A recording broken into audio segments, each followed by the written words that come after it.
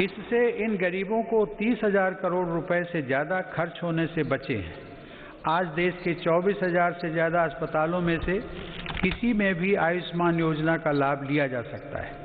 इसी तरह प्रधानमंत्री भारतीय जन औषधि योजना के तहत देश भर में बने 7,000 केंद्रों से गरीबों को बहुत सस्ती दर पर दवाइयाँ मिल रही हैं। इन केंद्रों में रोजाना लाखों मरीज दवाई खरीद रहे हैं।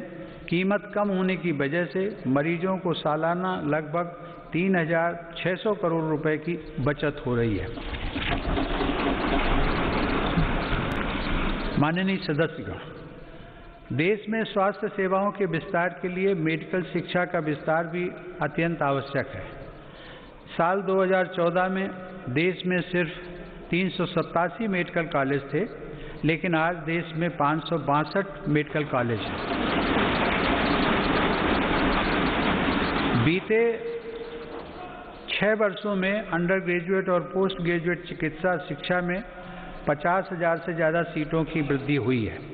प्रधानमंत्री स्वास्थ्य सुरक्षा योजना के तहत सरकार ने 22 नए एम्स को भी मंजूरी दी है।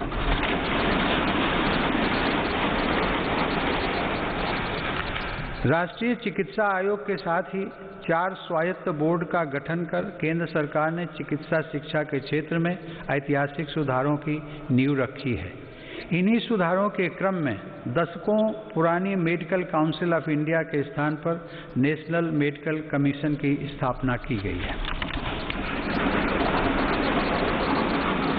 माननीय सदस्यगण, आत्मनिर्भर भारत अभियान केवल भारत में निर्माण तक ही सीमित नहीं है, बल्कि यह भारत के हर नागरिक का जीवन स्तर ऊपर उठाने तथा देश का आत्मविश्वास बढ़ाने का भी अभियान है। आत्मनिर्भर भारत का हमारा लक्ष्य आत्मनिर्भर कृषि से और सशक्त होगा। इसी सोच के साथ सरकार ने बीते 6 वर्षों में बीज से लेकर बाजार तक हर व्यवस्था में सकारात्मक परिवर्तन का प्रयास किया है, ताकि भारतीय कृषि आधुनिक भी बने और कृषि का विस्तार भी हो। इन्हीं प्रयासों के क्रम में मेरी सरकार ने स्वामीनाथन आयोग की सिफारिशों को लागू करते हुए लागत से 1.5 गुना MSP देने का फैसला भी किया है।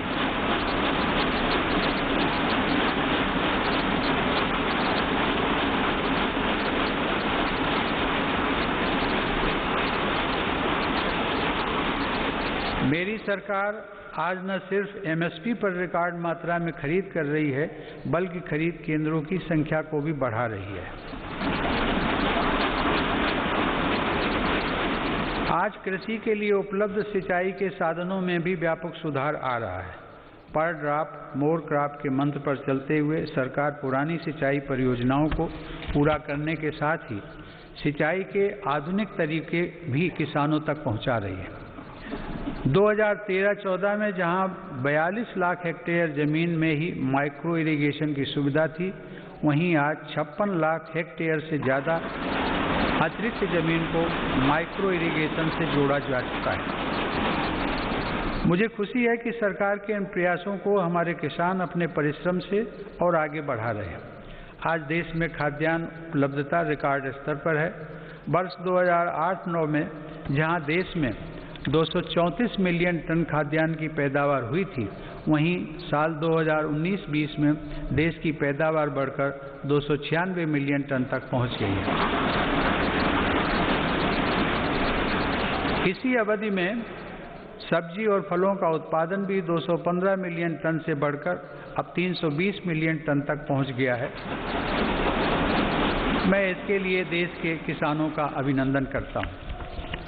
माननीय सदस्यगण, समय की मांग है कि कृषि क्षेत्र में हमारे जो छोटे और सीमांत किसान हैं, जिनके पास सिर्फ 1 या 2 हेक्टेयर जमीन होती है, उन पर विशेष ध्यान दिया जाए। देश के सभी किसानों में से 80% से ज़्यादा ये छोटे किसान ही हैं और इनकी संख्या 10 करोड़ से ज़्यादा है।